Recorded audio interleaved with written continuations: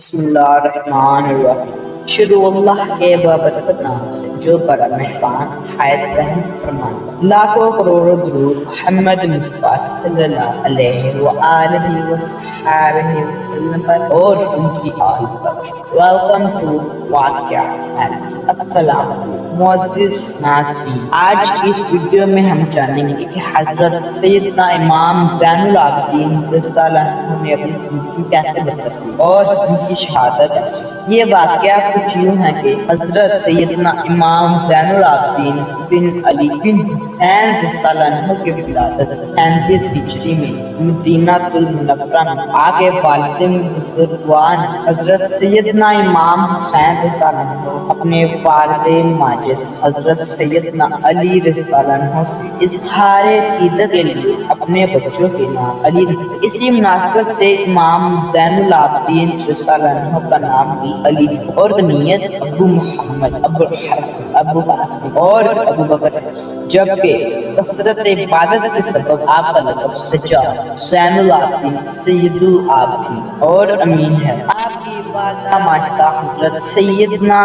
شیربان رضی اللہ عنہ فارس کے آخری بادشاہ کی بیٹی تھی۔ آپ رضی اللہ عنہ نے 2 سال تک اپنے دادا حضور حضرت سیدنا علی المرتضیٰ رضی اللہ عنہ کی آغوش عادت میں پرورش پائی، پھر 10 سال اپنے تایا جاتے حضرت سیدنا امام حسین رضی اللہ عنہ کے زیر سایہ اور تقریباً 11 سال اپنے والد حضرت سیدنا امام حسین رضی اللہ عنہ کی زیر نگرانی تربیت پا علوم معرفت کی مناسب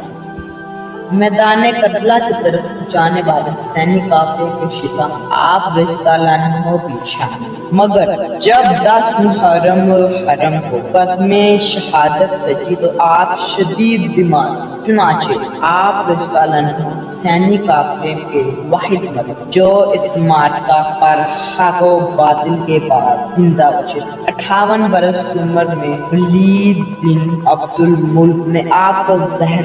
جس کی وجہ سے آپ رضی اللہ عنہ 25 محرم الحرم 94 ہجری میں شہادت کے منصب پر فائز ہو کر مدینہ شریف جنت البقیع میں آرام۔ شاعر نے کیا تو کہا، پابند سلاسل میں جو سجاد نہ ہوتا، پابند سلاسل میں جو سجاد نہ ہوتا، یہ دین کبھی قید سے آزاد نہ، اگر خون سے عابد اسے سیراب نہ کرتا، اگر خون سے عابد اسے سیراب نہ کرتا، اسلام کا گلشن کبھی آباد نہ۔